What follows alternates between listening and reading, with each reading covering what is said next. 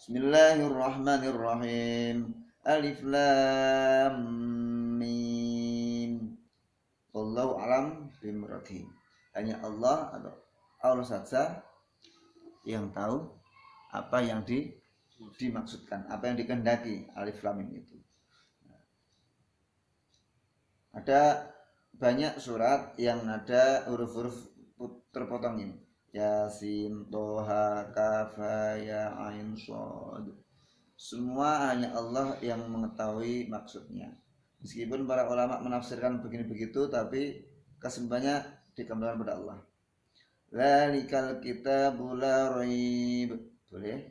Lalikal kitabu la raiba fi. Juga boleh. Kitab Al-Quran.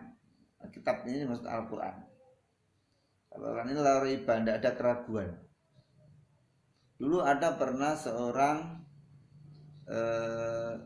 biarawati, calon biarawati. Dia itu mempelajari Quran. Kemudian diketahui oleh romonya, dimarah. Tapi dia bersikeras, maka tidak boleh. Setelah bersikeras maka romonya mengatakan, ya bolehlah, oke lah kau belajar Quran. Cari kelemahannya. Nah, biarawati itu buka Quran terjemah. Karena dia tidak bisa bahasa Arab, maka buka Quran terjemah. Karena dia itu tidak tahu kalau Arab itu dari kanan, dia bukanya dari kiri. Kiri ketemu surat Al-Ikhlas. Qul huwallahu ahad, Allahus samad, lam yalid wa lam yulad wa lam yakul lahu kufuwan ahad. Katakan Allah itu Maha Esa. Lalu dia mulai berpikir, Quran mengatakan katakan Allah itu Maha Esa. Sementara dalam dogma Katolik Trinitas. Kemudian romonya bilang, oh Quran itu bahasanya bukan dari belakang, bukan dari kiri, tapi dari kanan. Buat Quran pas ini. Dzalikal kitabu la raiba fi. Kitab Quran ini tidak ada keraguan di dalamnya. Dari awal sudah dikasih penegasan tidak ada keraguan di dalamnya. Sementara dalam Bible tidak ada ungkapan kalimat bahwa Quran itu tidak ada keraguan di dalamnya. Maka ini yang kemudian menjadikan dia itu kaget. Gimana ya? Berarti dimantap, yakin. Dan memang Quran itu di awalnya tentang keraguan, paling belakang tentang keraguan. Dzalikal kitabu la raiba fi. Quran ini tidak ada keraguan di dalamnya. Yang terakhir, Qul a'udzu birabbin nas, malikin nas, ilahin nas, min syarril waswasil khannas, alladzi yuwaswisu fi sudurin nas minal jinnati wan nas. Manusia itu sering dibisikkan tentang keraguan. Maka apa? Kita harus yakin tentang kebenaran Quran. Bukti kebenarannya apa? Gampang. Buktinya itu Quran itu kitab suci yang satu tidak bisa dipalsukan. Salah ketik tahu. Maka saya ada postingan-postingan di WhatsApp dulu, Quran telah dipalsukan. Tak ketawakan aja. Kalau orang terpengaruh berarti keimanannya pada Quran itu lemah. Kalau dia yakin Quran itu tidak bisa dipalsukan, tetap akan ketahuan. Salah ketik Bismillah kurang titik atau titiknya di atas jadi Bismillah, ketahuan. Nah, tidak ada keraguan. Oleh karena itu tidak boleh ragu, tidak boleh mamang.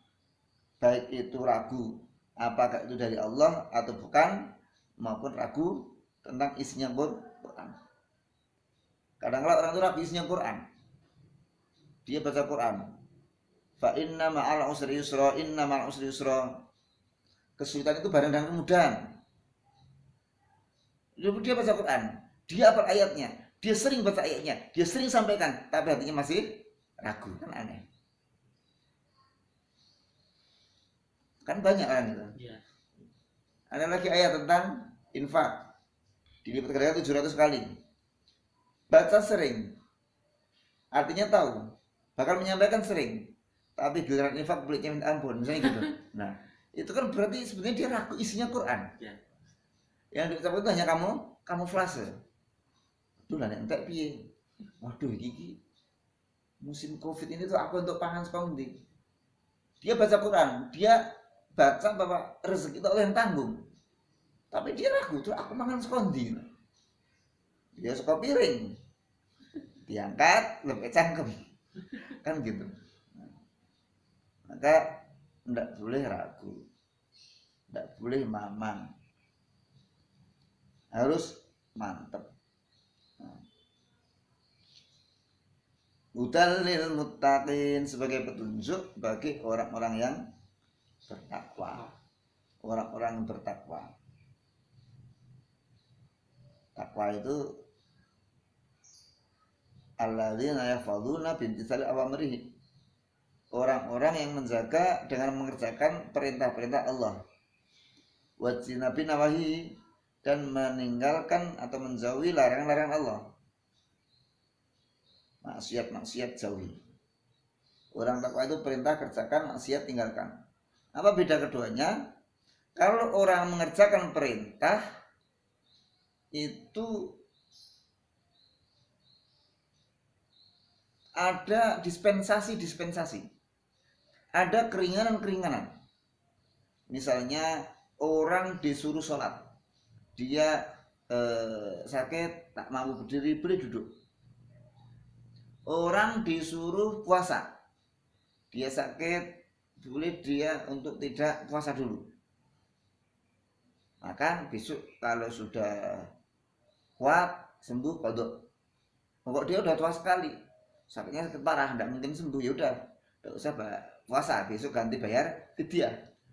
Kodok tua miskin, puasa udah tidak kuat, fidyah juga tidak ada, udah ya tidak puasa, tidak fidyah, tidak apa-apa. Zakat, nah, kalau dia miskin maka dia tidak wajib zakat, justru dikasih zakat. Haji, kalau dia miskin ya udah dia tidak perlu haji.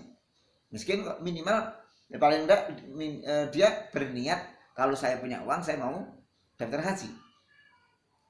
Dia belum wajib. Tapi kalau larangan itu tidak ada dispensasi.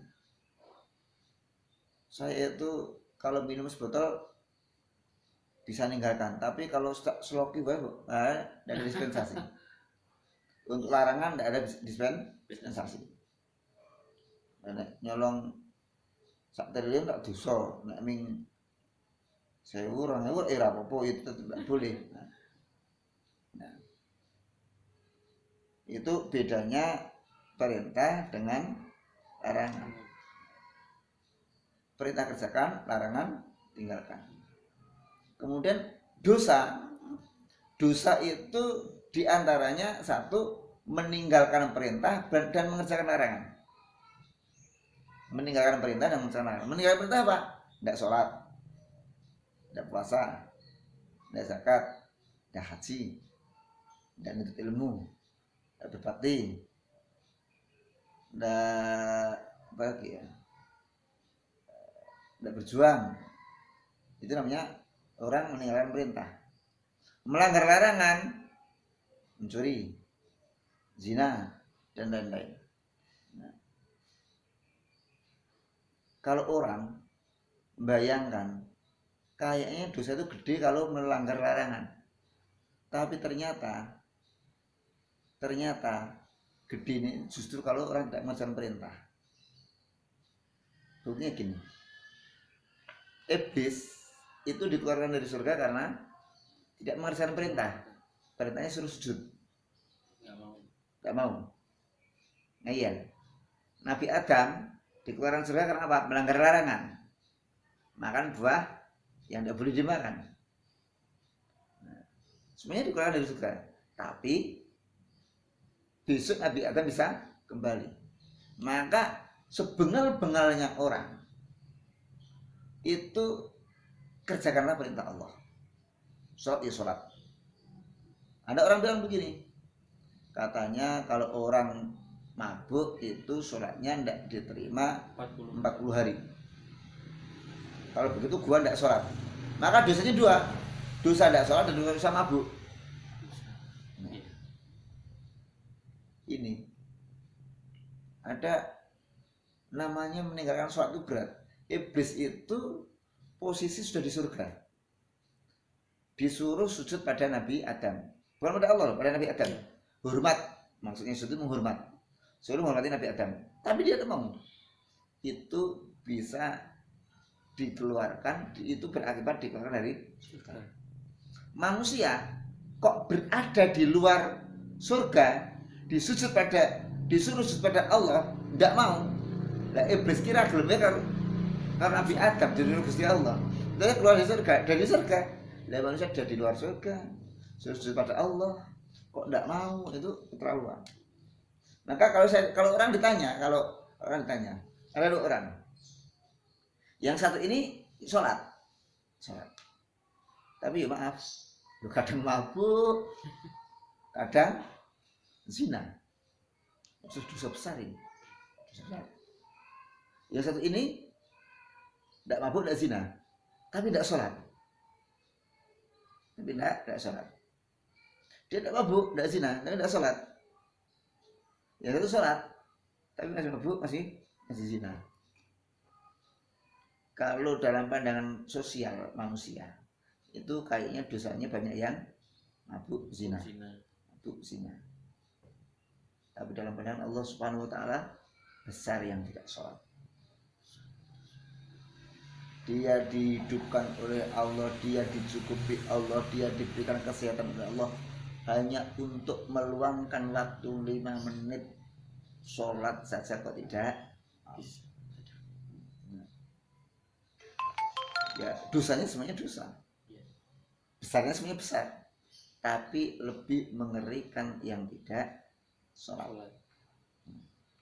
Ini kadang-kadang orang itu kan salah. Yo kae sentra sholat nih ngomongnya apik. Dalam pandangan syariat, nek wis ora sholat itu wis dikatakan baik dan udah tidak. Dalam pandangan syariat dikatakan baik jadi tidak, orang tidak sholat itu. Nah, ono wong siji wonge ora salat, ning ya ora maksiat. Ndak salat itu udah bagian dari maksiat. Ndak ada, ndak salat, ndak maksiat itu ndak ada. Nah, maka taat itu seperti itu. Kerjakan perintah, jauhi larangan. Tidak mengerjakan perintah itu dosanya lebih besar daripada melanggar larangan.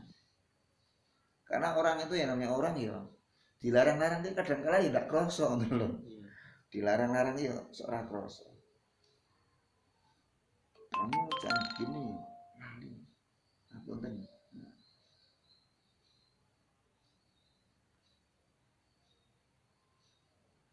Alladzina yu'minuna bil ghaibi. Orang bertakwa itu alladzina yu'minuna bil ghaib. Orang yuqinuna wa yu'inuna bi asrari wa ma'arifi. Orang yang yakin terhadap yang gaib. Dengan sepenuh hati dia yakin terhadap yang gaib.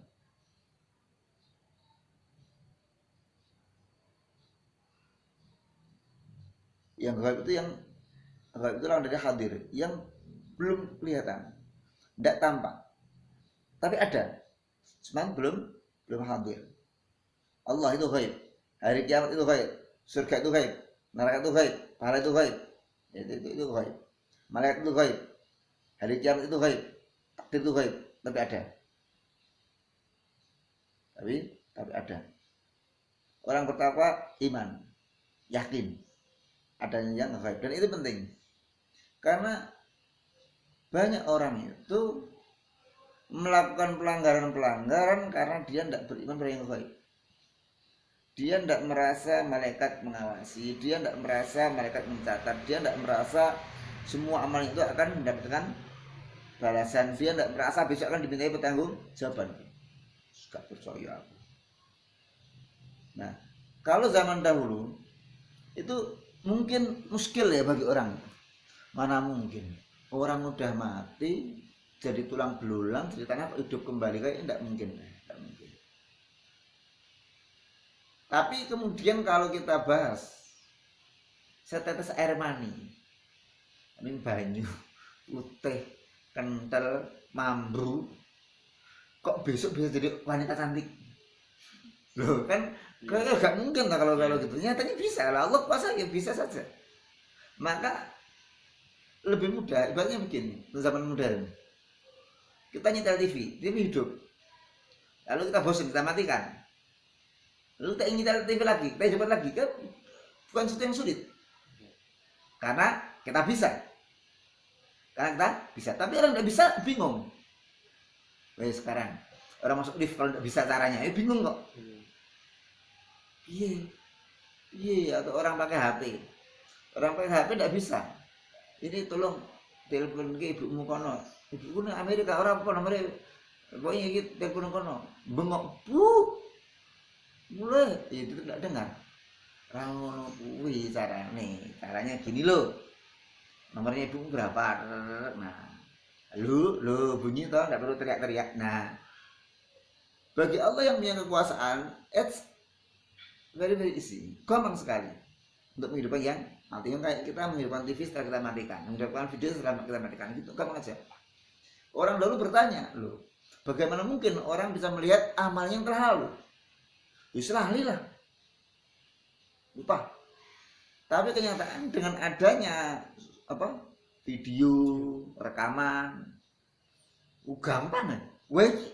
Kita ada di situ loh, itu makasih makan monyet itu loh, kelingan, ingat semua gambarannya, ucapannya semua terlihat.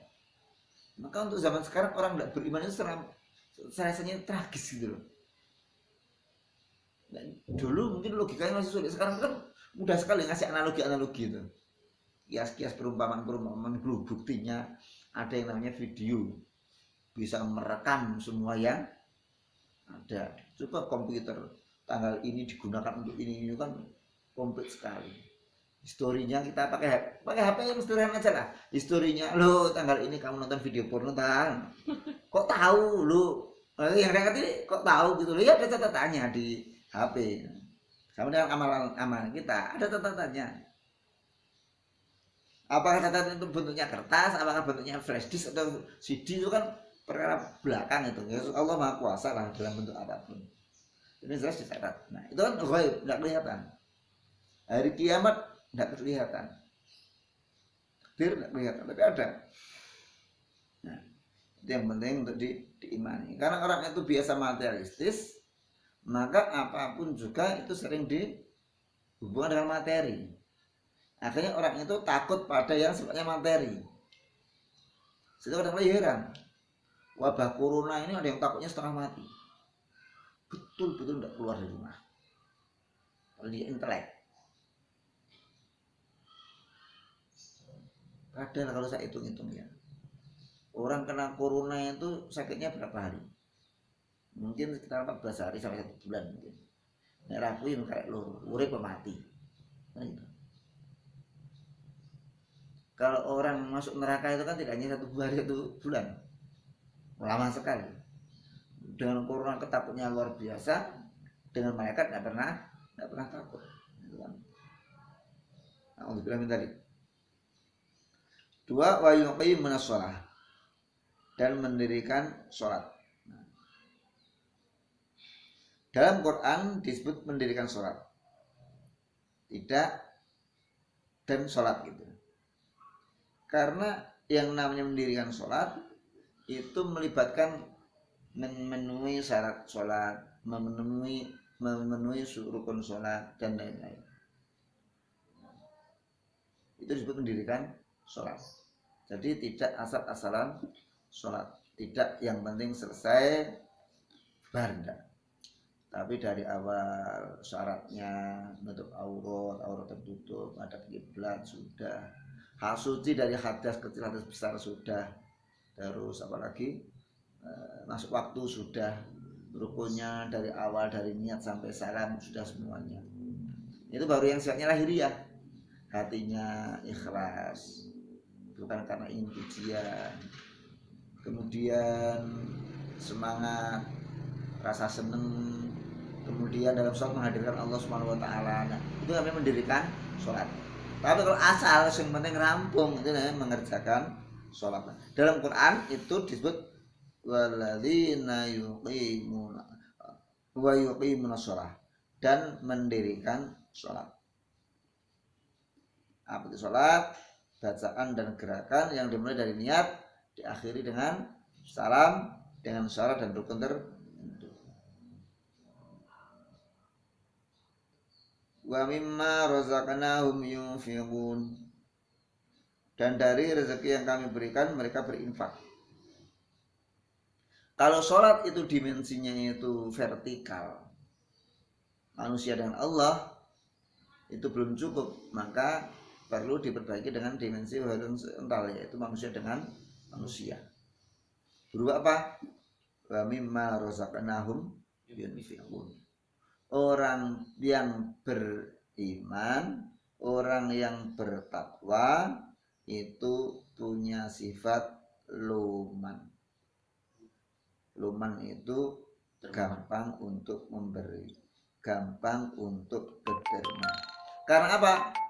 Dia punya keyakinan bahwasanya rezekinya itu Allah yang tanggung, bukan semata-mata karena kerja. Mungkin kerja ya kerja namanya wasilah, sarana.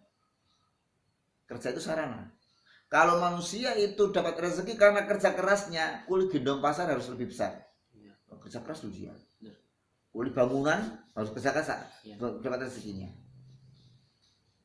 Kalau rezeki itu diberikan Allah berdasarkan ukurannya, mestinya semut itu mati, bentuknya kecil. Kalau rezeki Allah itu dibagikan berdasarkan wajahnya, monyet dapat karena wajahnya jelek. Tapi rezeki Allah berikan berdasarkan rahmatnya, maka semuanya dapat jatah masing-masing. Ada orang kelihatannya kerjanya enak tapi rezekinya banyak, artis ya, padahal nyanyi. Mas Korea udah tahu artis itu berapa harganya. Namanya sehari ini itu sekali pentas ratusan juta. Kira-kira guru honorer bisa sampai mati. Saat sekolah nggak mati retekan. Guru honorer taruhlah 1 bulan 1 juta sampai 1,5 juta. Setahun taruhlah 15 juta sampai 20 juta. Setahun 10 tahun terus 100 juta. Ngoyak sehari ini 1 jam. Udah 1 tahun. 10 tahun. Itu kalau 10 tahun itu kalau dia gajinya sampai 1,5 juta. Kalau gajinya cuma 700, lebih lama lagi. Itu sehari ini pentas gitu udah. Kemudian corona harus pakai nyerviskan motor, sebagainya. Ini orang kerja gendong, buruh gendong itu, tapi tetap nyatanya semuanya hidup, itu masih gitu. Karena rezeki itu kan gaji, rezeki Allah kan beda. Nyatanya itu ya hidup nih. Kalau di logika kan kadang-kadang orang itu diskondi, nyatanya hidup. Pengangguran Indonesia itu udah luar biasa. Kok S1, S2 nganggur itu banyak. Nyatanya hidup. Nyatanya juga hidup. Susah untuk kita matematika. Matematikanya susah. Saya sendiri merasakan itu. Nah, aku pengen mobil, nyatanya ada orang ngasih. Aku pengen mobil ini dan Pak sing rotok apik lah, Avanza, R3, apa itu, Ras, Agia, Ayla. Nyatanya datang Gojek, Gokar sama Grab. Tinggal usap. Aku pengen naik Alphard lah, nyatanya rental juga ada Alphard. Loh, kan naik harus tidak harus punya. Naik tidak harus punya. Atau saya mungkin diajak teman saya naik mobil itu, naik harus punya. Ini bukti bahwa itu ya Allah yang bagi. Bahkan kadang-kadang orang kaya sekali tapi utangnya lebih besar daripada kekayaannya, bisa terjadi. Mike Tyson itu dulu kekayaannya luar biasa, 350 US dollar juta. Iya, kan udah triliunan. Tapi jatuh bangkrut itu Pajak Amerika tinggi, sementara dia pendapatannya sudah rendah. Tapi apa kata Tyson? Ya, malah saya senang. Dulu ketika saya kaya itu orang mendekati saya karena punya pamrih. Sekarang kan enggak. Saya tahu mana yang tulus, mana yang tidak. Ya tetap happy saja. Banyak loh artis yang hidupnya akhirnya miskin itu. Dulu kita masih di artis itu luar biasa, uangnya luar biasa. Karena narkoba, masuk penjara, keluar miskin untuk berobat dan sebagainya. Alhamdulillah ini kenyataan rezeki. Tapi orang beriman yakin rezeki itu Allah yang kasih. Maka dia enteng untuk infakun, untuk berinfak itu enteng. Maka tidak ngumpul yang namanya iman dan